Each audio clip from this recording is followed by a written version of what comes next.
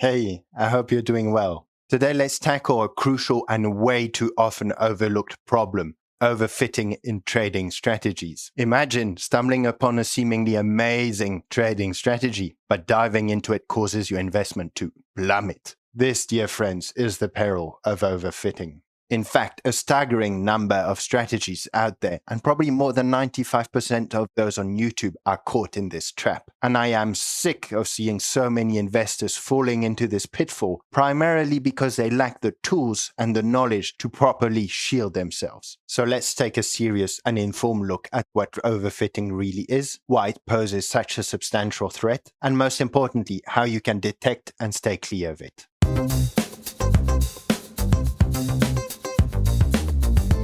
First things first, let's see how Investopedia defines overfitting. Overfitting is a modeling error in statistics that occurs when a function is too closely aligned to a limited set of data points. As a result, the model is useful in reference only to its initial dataset and not to any other datasets. This definition is quite theoretical. If I were to give you one more adapted to the context of trading strategies, it would be this. Overfitting in trading occurs when a strategy is excessively tailored to historical market data, picking up on noise or random fluctuations rather than recognizing genuine trends or patterns. In real-time trading, this leads to disappointing, if not disastrous, results as it can't adapt to new market conditions. Here's an analogy for you. Overfitting in trading strategies is like preparing for an exam by memorizing the answers to the old questions instead of understanding the subject. It works perfectly if you get the same questions,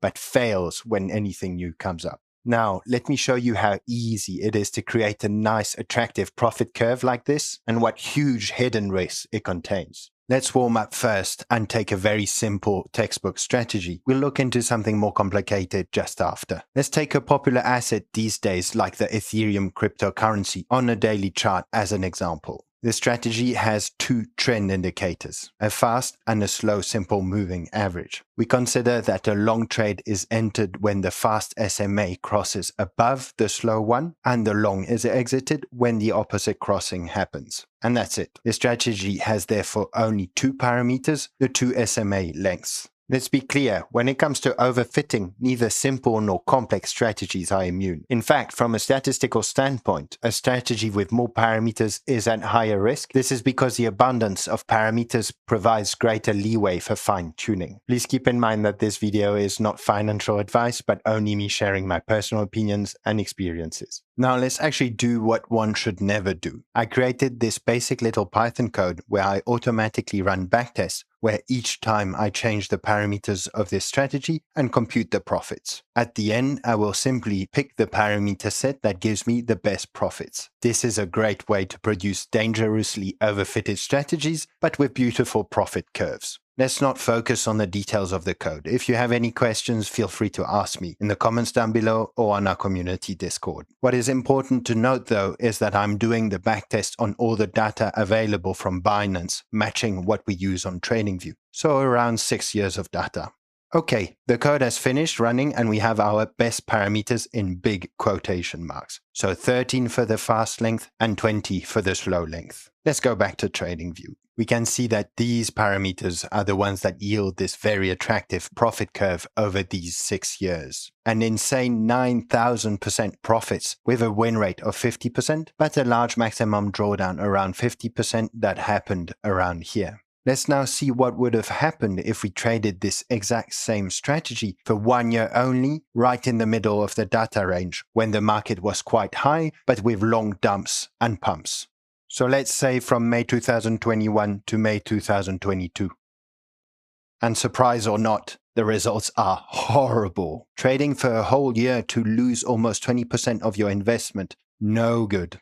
Here's now a more complicated and much faster trading example, where I use the famous Bollinger Bands indicator on a 1 hour time frame. This time a long is entered when the price breaks through the upper band and a short is entered when the price breaks through the lower band. I consider a stop loss that is set using the ATR and a take profit with a risk-reward ratio of 2.5 to 1. Same thing as previously. I found the Bollinger Bands parameters that gave me very appealing profits for the year 2022. You can see this beautiful curve that slowly cranks up to give more than 400 profits in a year, a smaller win rate, true, but also a much smaller maximum drawdown. Really attractive, right? Let's see what happens if we had started trading this strategy in 2023. Terrible, mostly red. Let's not even talk about it. That's it. We have perfect examples of overfitting. We designed these trading strategies to work amazingly on past data, but as soon as we applied them to new market conditions, they fail completely. So now think of the importance of doing this kind of testing before ever using real money. You don't want to learn that the hard way. So let me give you some simple tools to spot and avoid overfitted strategies. First, this may sound obvious, but if you have no means of testing the strategy yourself or no thorough explanation on how the parameters were chosen, well, an easy way to spot overfitting is what we did in our examples, test on different historical periods. If the results, profits, maximum drawdown, win rate, Sharpe ratio, etc., change drastically each time, you throw the strategy to the bin. Another way to simulate different market conditions is to use similar assets. A good example in crypto is Bitcoin and Ethereum. These two assets have been very correlated in the past, so if a backtest looks great on one but is terrible on the other, strategy bin. Also, be suspicious of strategies with a lot of parameters. Let me give you another analogy here. Imagine trying to hit the center of a target with a bow and arrow. The more adjustments you make to your stance, the bow's angle, the string's tensions, the harder it becomes to remember all of that and replicate all that correctly next time you shoot. But fewer adjustments means it's easier to reproduce the successful stance to hit the target. Similarly, having fewer parameters in a trading strategy makes it less likely to overly adjust to historical data and more likely to work well with new data.